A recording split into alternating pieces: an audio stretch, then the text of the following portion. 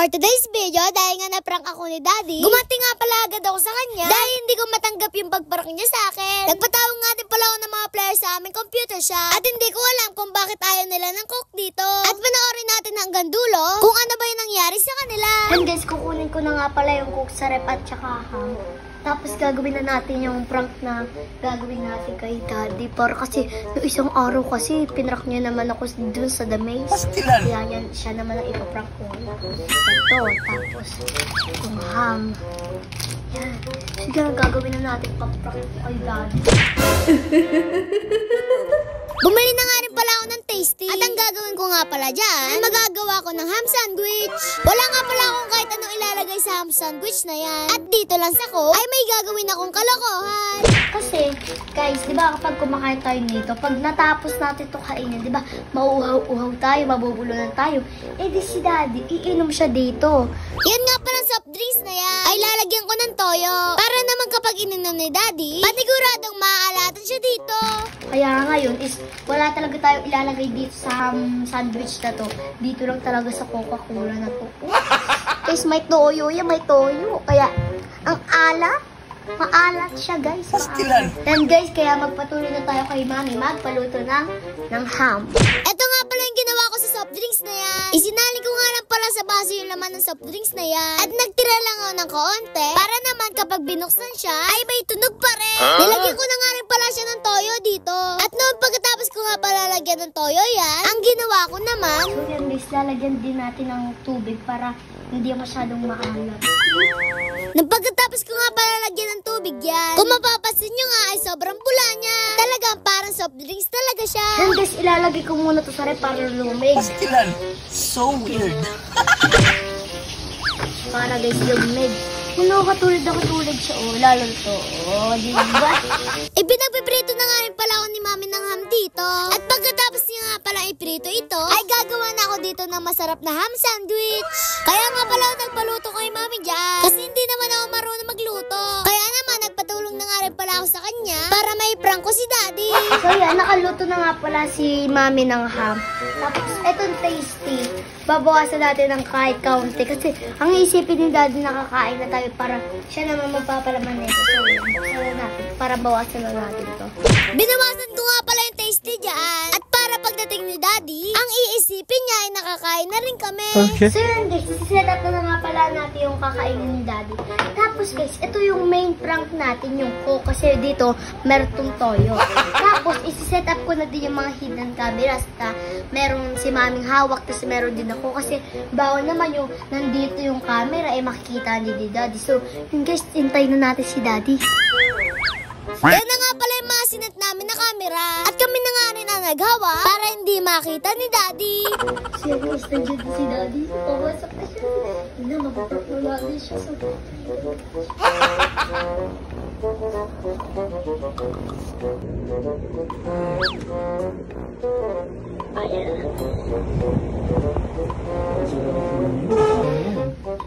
Sobrang init naman ngayon sa labas. Kain ikaw. Ang dami naman na rin. Tapos mo na i-print. Tapos ka na mag-print. Eh, parang hirap i-print noon. Parang di rin mababasa yung printan doon. Sobrang labo. Dapat kasi pinapasa sa messenger yung mga papiprint nila. Okay. Sobrang labo nun. Ang iniisip ko nga doon, kung sakali, hindi ko rin maano sa Photoshop. Kaya naman, ang hirap i-edit nun. Eh, hindi ko... Apple. Ay, hindi Nagawa ko. mo na. Hindi ko nga eh. Ikaw na kasi mag-edit nun. Para naman... Mamaya gagawin mo pa yung yung sa laundry. Oo. Susukatin mo pa yung paano ipapaprint yung itatatak doon. Grabe nga yun, na yun. Pastilan. Ang dami nagpapaprint eh. Parang lumit na yun, no? Yung bonds. Ay, yung pinaka... Ano yun? Dami nakain sa Sabrina dyan. Gutom na gutom. Grabe yan. Alam mo, hindi kumakain ng tanghalian. Sa mirror, tulog na tulog.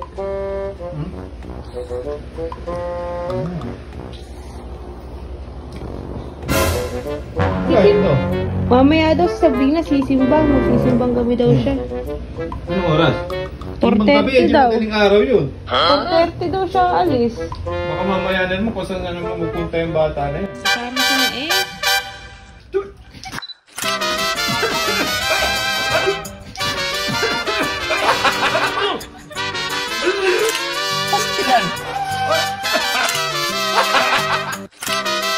Ano yan? Ano ba to? Ano ba to? Ano ba natin ito?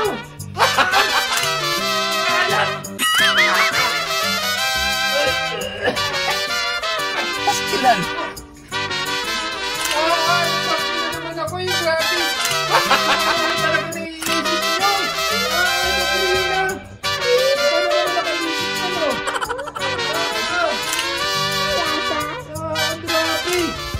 Yun guys, tatawag na siya. Topi, punta ka dito, Topi.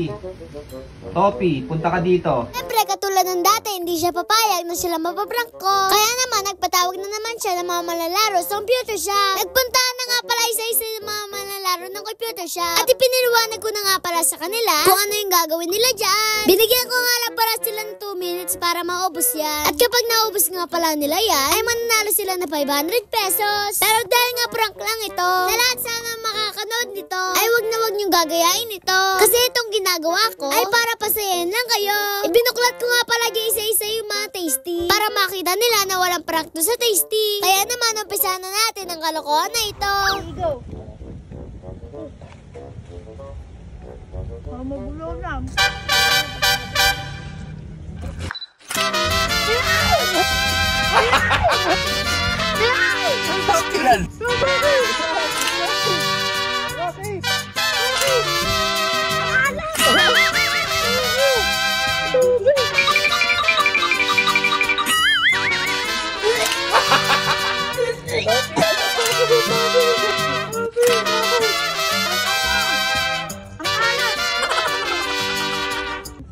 Ano natin?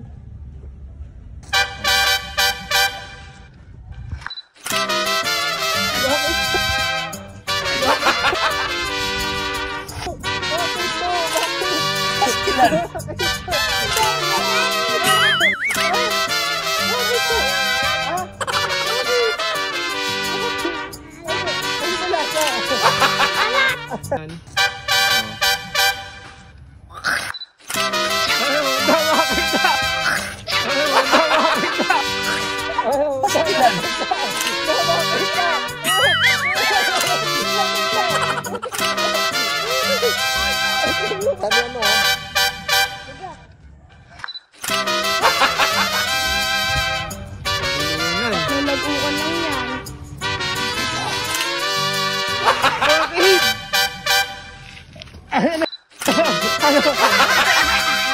Nandago ka lang yan. Ano?